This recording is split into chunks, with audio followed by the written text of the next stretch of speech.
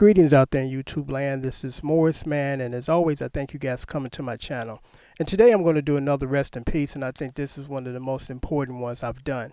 And as you know, the legendary Bernie Worrell from Parliament Funkadelics, synthesis, keyboard player extraordinaire, legendary, passed away Friday, June 24th, 2016. Today is Saturday, June 25th. And you know, the music world is grieving the loss of this tremendous musical force. And I thought it was important to pay my respects in this manner because most of us, you know, we think of Parliament, we think of George Clinton first. And that's understandable because, you know, the lead guy always get the attention, always get the credit. And I look at it like this. George Clinton was the visionary of the group. But if it wasn't for you know, the Bernie Royales, the Boosie Collins, the Catfish Collins, Mike Hampton, Glenn Goins. The list is, you know, it's just tremendous as far as the tremendous creative, talented musicians that contributed to this vision and made it, you know, reality. So, you know, just paying my respects because a lot of people don't realize how much Bernie Royale brought to the music world, you know, because I remember in the 70s, dancing at the basement party, and the first time I heard Flashlight. And I'm listening to the bass line because I'm a musician at this time. I'm like, what is that?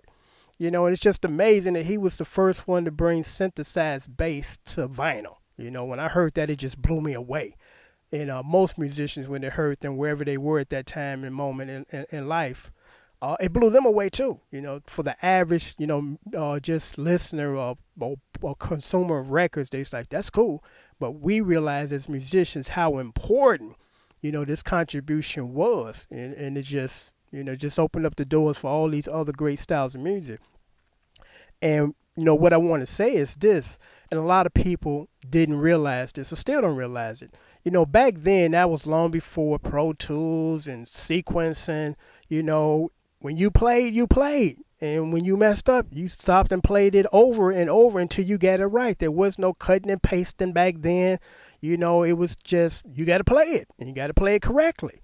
You know, so all of those tracks back then were played, you know, live. There was no, again, sequence, or let me just play 4 bars and loop it and call it a day. You know, and it's just so unfortunate that R&B music today is dying. You know what I mean? Literally, it's dying. Because when I look at our rock counterparts, drum machines are not replacing the rock drummer.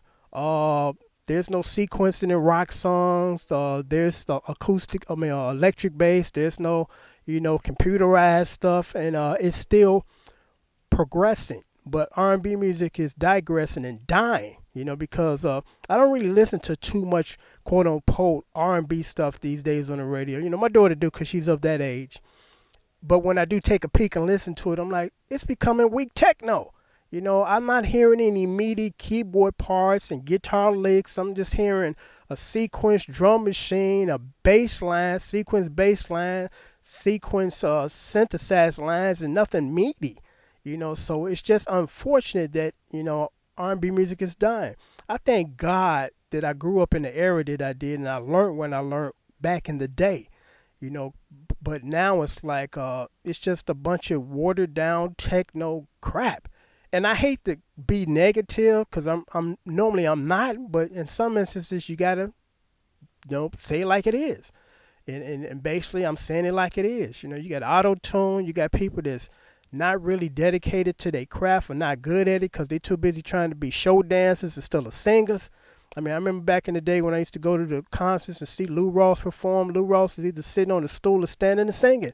He went up there gyrating with 20 other dancers in the background. I'm like, that's cabaret and that's a musical. This is not a concert. It's a musical. And I'm like, it's too much focus on the other stuff, the secondary, and not enough focus on singing and singing well. You know, it's just, you know, it's just hard to kind of, you know, explain or put in the words as far as how things are now versus how they used to be. And I don't expect anything to be the same. Nothing changed. I mean, nothing stays the same. Everything changes. But you would hope that the change is for the better and it's an improvement as opposed to digressing. And, you know, basically that's all it is these days. It's just digressing. We thank God for the Bernie Royales that have passed through our lives and made our lives, much more enriched musically. It's a treat to watch a real musician play as opposed to let me go get my sampling tools and chop up these 70 songs and, put a beat to it. I respect that art, but it's not music. It's not being a musician. It's just kind of piecing together already recorded compositions and you calling it your composition. It's just that doesn't fly with me. If you didn't play it, you didn't make it. But I'm gonna wrap this up and just again pay my respects to a musical legend that we're gonna miss. Bernie Royale passed away Friday at the age of 70 from I think stage 3 and stage 4 lung cancer. So until next time, take care, and we're gonna miss you, Bernie. Bye.